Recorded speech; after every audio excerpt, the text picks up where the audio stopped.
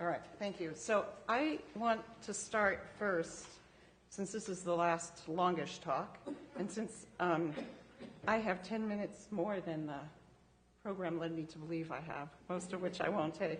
I want to start by saying a special thank you to Bonnie and Susan for having that dinner and creating this program, for bringing us all together.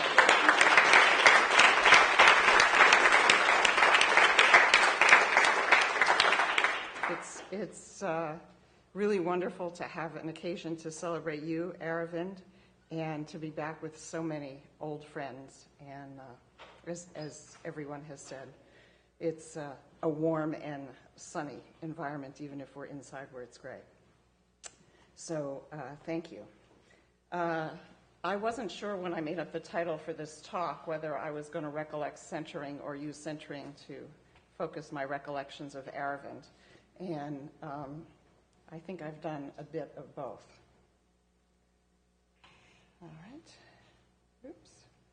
So as you know, well, so let me give a bit of background to how centering got started.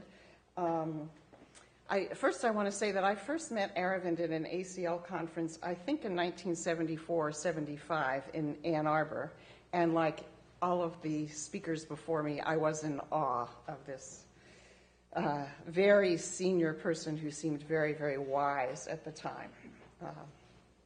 I don't think I've gotten that senior or that wise yet, Aravind. In 1982, though, I really came to know Aravind. He lured me to Penn as a visiting faculty member. And I should say, lured me, it took a lot. I grew up in Philadelphia, and after I left for college, I was never coming back. It was a visit that changed the course of my life, and I am grateful for that, much as Scott said he was grateful for that. Bonnie was here. I knew it was going to be an exciting place to continue doing discourse research, but I had no idea how exciting. While I was here, I met many graduate students who have become colleagues and friends for life. Kathy McEwen, where's Kathy? Kathy was here. I had met Kathy, as she said, at a conference, so I knew that discourse was on the table here. But this is where I first met Julia Hirschberg, who I subsequently did speech research with, and Martha Pollack, who I subsequently did research on planning and collaboration with. And Aravind, Martha said she was very sorry not to be here, and she sends her best. I, too, remember the Harry Grosz tapes and the challenges that they presented for everything that we were thinking about doing. And among the other people are Martha Palmer and Kathy McEwen and Kathy McCoy. So it was really a great time, and as several people have said, more women in the same room than I remembered in all the rest of my career. But the most important thing is that this is where the work on centering with Aravind and Scott started. And it started in a graduate natural language processing course that I co-taught with Aravind, Ellen, and a host of other people. I don't remember all of them. Bonnie, I think, was one of the speakers, and one of the teachers. And we divided up the weeks, and we divided up what we were going to talk about. And I was assigned comparing Candy Seidner's immediate focusing with the Joshi and Weinstein control of inference that Scott has just told you about. Now, I wasn't a graduate student, but I will tell you, getting up and comparing Aravind's work to someone else's in a course where he's sitting in the front is still a little intimidating. I had known Candy since 1975, when she we met at a graduate student conference. So I knew the tack that she had taken from looking at natural language discourse and being concerned with the NAFRA, and that she had adopted the terminology of immediate focusing based on work I did in my thesis. So I looked at, but I wasn't familiar with the work that Scott's just talked about on control of inference. So as I looked at these two pieces, I proposed in front of this class that actually they were looking at the same thing from two different angles, and they really could be merged. Well, the rest, as you know, is history. We thought long and hard about whether to call it focusing or centering, and there were so many other meanings to the word focus, and it was used so much in linguistics that we decided to stick with centering. So that's where the name came from. Now, I want to say that while I visited, it wasn't just all work, and various other people have mentioned that about Aravind. You might wonder what these are doing up here. I was the fortunate recipient of Susan and Aravind's very graciousness and being wonderful hosts. They invited me to their, I think of it as your farm in the cottage, right? Excuse me, the cottage in Lycoming. Is that where it is? Up in the north here. And to do science, you have to persist and look for things that are hard to find. And it turns out that's true for Jack in the Pulpits and Lady Slippers.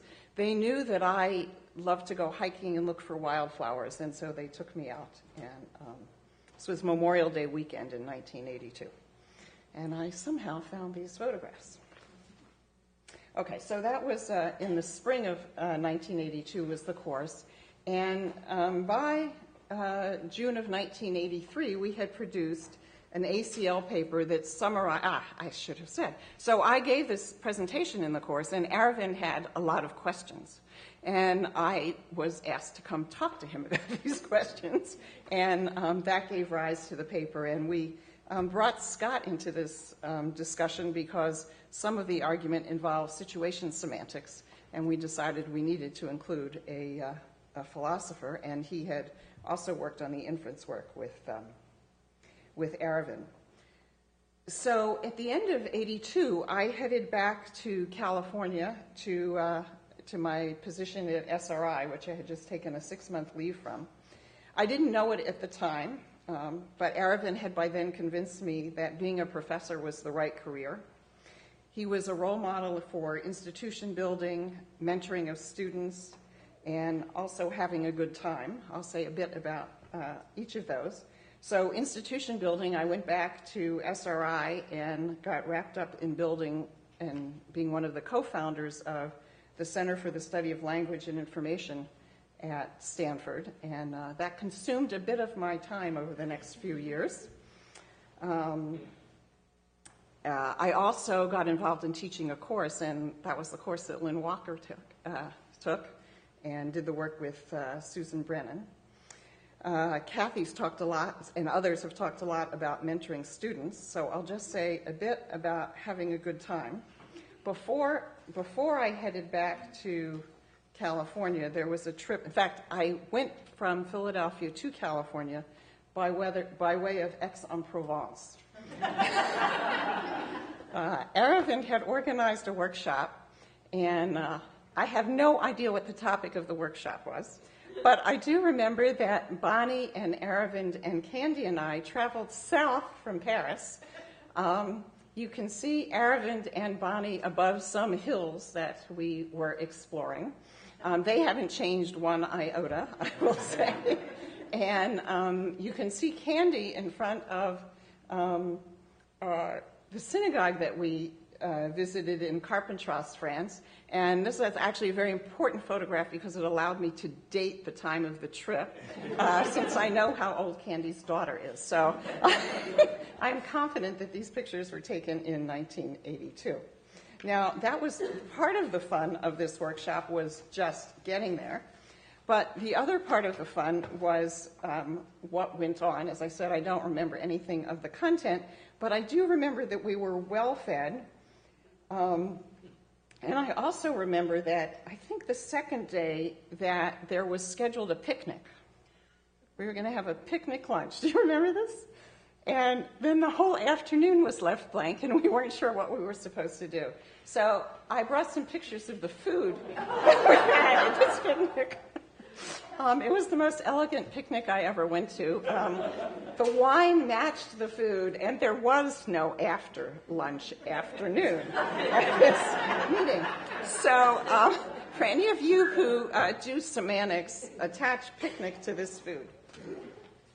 Okay, so I then went back to SRI, and as I mentioned, CSLI came into being.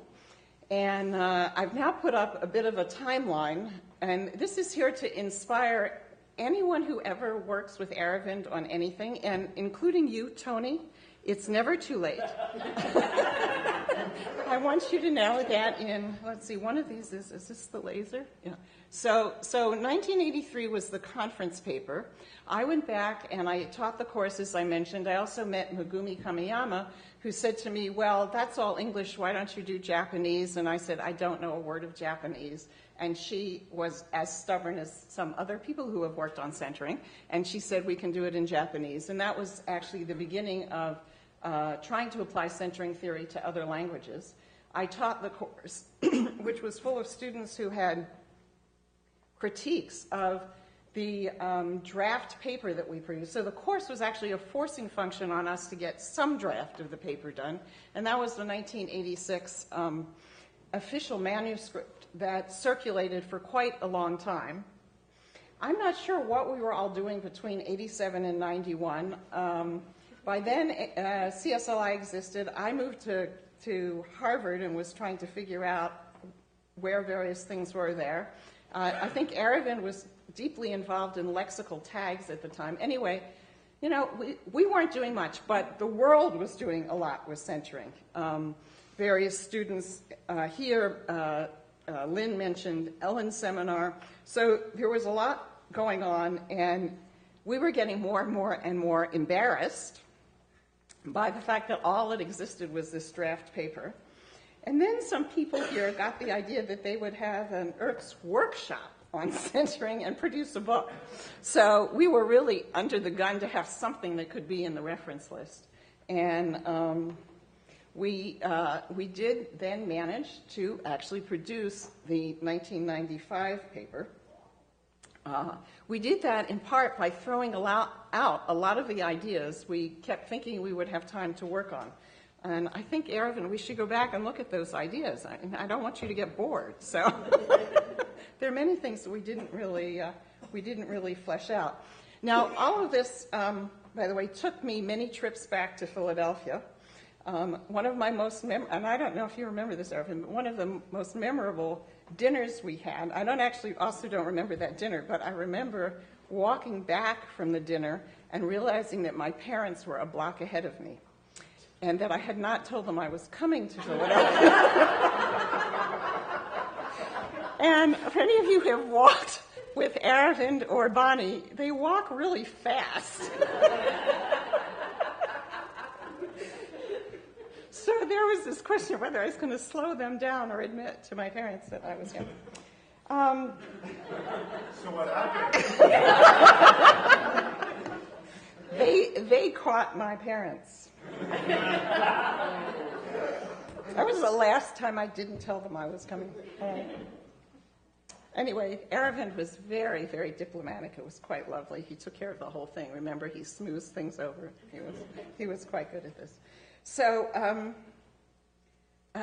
Aravind, you persist more on a goal you have than anyone I know, and I know a lot of stubborn people, and you have inspired me to hold on to things when the world isn't quite sure they're right.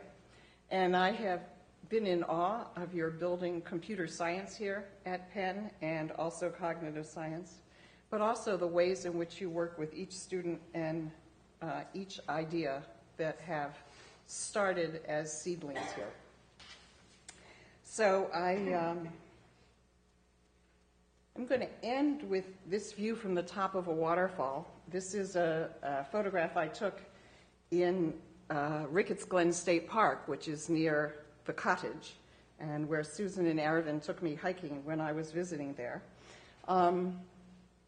Water sustains life like Aravind has sustained many of us. It also, at least when there aren't droughts, persists in being there. And I want to really salute your persistence and salute you, Aravind, for all that you have done, not only in the work, but in the joie de vivre that you bring to it, that when you're persisting and fighting those ideas, it's still a lot of fun.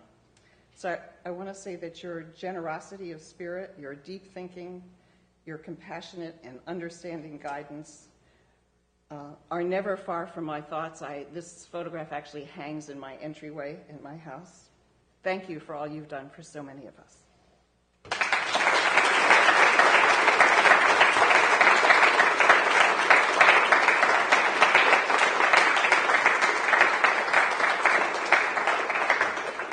And I'm glad to take questions. But I hope not on the history, because as Tony said, I don't have that great a memory, and I had to go look up dates of things. I